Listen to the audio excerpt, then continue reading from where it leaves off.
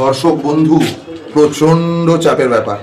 এই যে তোমরা দেখতে পাচ্ছ না, সিঁড়ির নিচে যাদের টয়লেট কিংবা কিচেন থাকবে না, তাদের বাড়িতে কিন্তু নন কিওরেবল রোগ আসবেই আসবে।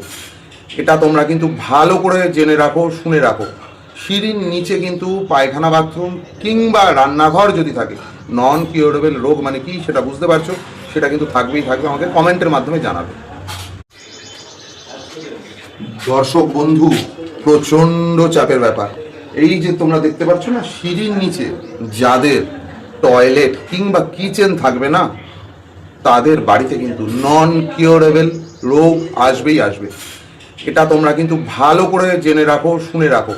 সিঁড়ির নিচে কিন্তু পায়খানা, বাথরুম কিংবা রান্নাঘর যদি থাকে, নন কিওরেবল রোগ মানে কি সেটা বুঝতে পারছো, সেটা কিন্তু থাকবেই থাকবে। আমাকে কমেন্টের মাধ্যমে জানাবে।